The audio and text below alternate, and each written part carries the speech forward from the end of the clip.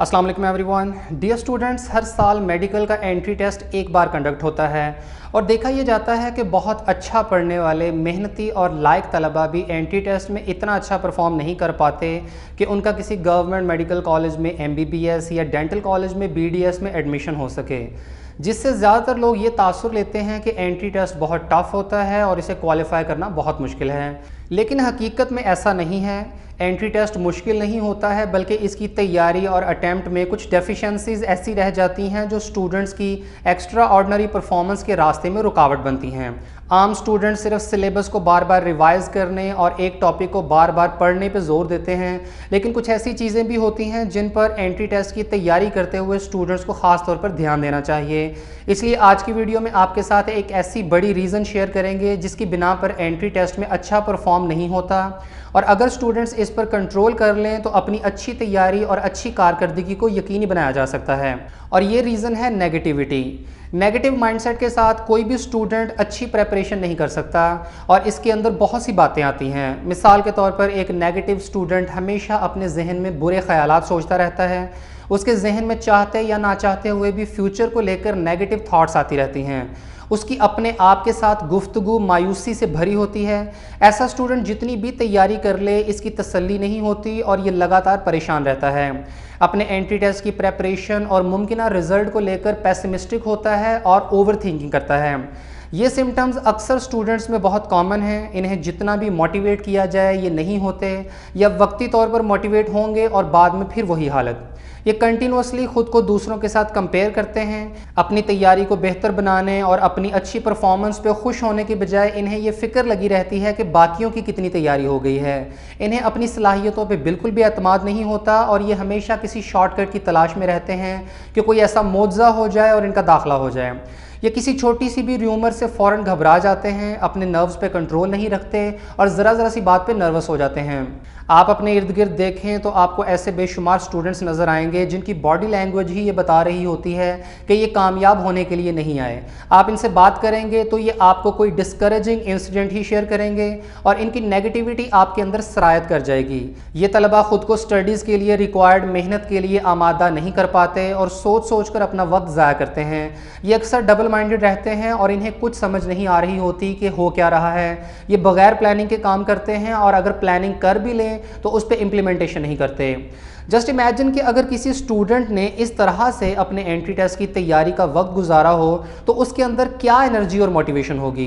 क्या ऐसा student full confidence और हौसले के साथ एंट्री टेस्ट देने जा सकता है? ये नेगेटिव माइंडसेट बहुत ज़्यादा नुकसानदेह साबित होता है, क्योंकि ये आपकी एनर्जी, कॉन्फिडेंस और इमोशनल इंटेलिजेंस को बैडली अफेक्ट करता है। इसलिए ख़ुद को ऐसा ना बनाएं और अपने आप को ऐसे नेगेटिव लोगों से भी बचाएं। अब आपको बताते हैं कि इसके बरअक्स होना क्या चाहिए और किस तरह का माइंडसेट डेवलप किया जाना चाहिए। तो सबसे पहले तो अपनी एक ख़ास रूटीन बनाएं और हर सब्जेक्ट की स्टडी के लिए डेली टाइम फिक्स करें कि किस सब्जेक्ट को कितना टाइम देना है, और इस रूटीन पे कभी कॉम्प्रोमाइज़ ना करें। अपने जहन में नेगेटिव और मायूसी से भरे हुए ख्यालात लाने की बजाय हमेशा पॉजिटिव सोचें। बजाय ये सोचने के कि अगर एंट्री टेस्ट क्लियर ना हुआ तो क्या होगा, ये सोचें कि अगर एंट्री टेस्ट में बहुत अच्छे मार्क्स आ गए और एडमिशन हो गया तो उसके बाद क्या क्या होगा।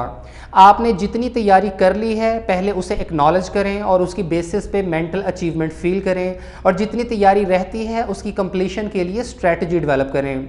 यानी जो 90% प्रेपरेशन हो चुकी है पहले उस पर खुश हो जाएं, फिर बाकी 10% की भी फिक्र कर लेना। बाज़ लोग अपने फ्यूचर को लेकर बहुत ऑप्टिमिस्टिक होते हैं और हमेशा अच्छा सोचते हैं, अकॉर्डिंगली प्लान करते हैं। इन लोगों के कामयाब होने के चांसेस बहुत ज़्यादा होते हैं। और अगर किसी को ये परेशानी भी हो कि एडमिशन ना हुआ तो क्या करेंगे, तो इसका सोल्यूशन ये है कि आप बैकअप प्लान्स बनाएं और MD कैट के अलावा अदर यूनिवर्सिटीज़ में अप्लाई करें और उनके एंट्री टेस्ट दें। अगर आपका एक जगह एडमिशन नहीं होता तो दूसरी जगह हो जाएगा। फिर आपने कभी भी खुद को किसी के साथ कंपेयर नहीं करना। इन सब से ऊपर चले जाएं। आप खुद को जिसके साथ कंपेयर कर रहे हो आपका उससे कोई मुकाबला नहीं है, बल्कि आपका तो खुद से मुकाबला है कि आप कितना खुद को इम्प्रूव करते हैं। हर स्टूडेंट की अपनी अपनी लर्निंग पावर होती है, कोई बहुत जल्दी सीख जाता है और कुछ को टाइम लगता है। इसलिए दूसरों से मुतालिक सोचने से पहले खुद को इंस्पायर्ड और एनर्जेटिक रखने की कोशिश करें। कोई बुरी खबर आती भी है या कोई भी ऐसा काम होता है जो आपको बुरा महसूस होता है तो उसका असर ना लें, उस पर ज़्यादा रिएक्ट ना करें। मिसाल के तौर पर अगर पीएमसी इस साल सिलेबस में चेंजेस कर देती है तो एक आम स्टूडेंट इस बात पे परेशान हो जाएगा, कई दिनों तक इस बारे में सोचता रहेगा और पीएमसी को गालियां दे दे के अपना खून जलाता रहेगा। ऑन दी अदर हैंड जिस स्टूडेंट को पता होगा कि जो होना था वो हो गया, अब इसमें कुछ नहीं किया जा सकता, और वक्त ज़ाया करने के बजाय और ख़ुद को डीमोटिवेट करने की बजाय मूव ऑन किया जाए और जो कुछ चेंजेस सिलेबस में की गई हैं उनको प्रिपेयर किया जाए। इसी तरह अगर इस साल के एमडी कैट में कोई भी और ऐसी तब्दीली होती है तो आप अकॉर्डिंगली इम्प्रोवाइज़ करें और जो मामलात आपके इख्तियार में नहीं हैं उनकी फ़िक्र अपने दिमाग से निकाल दें।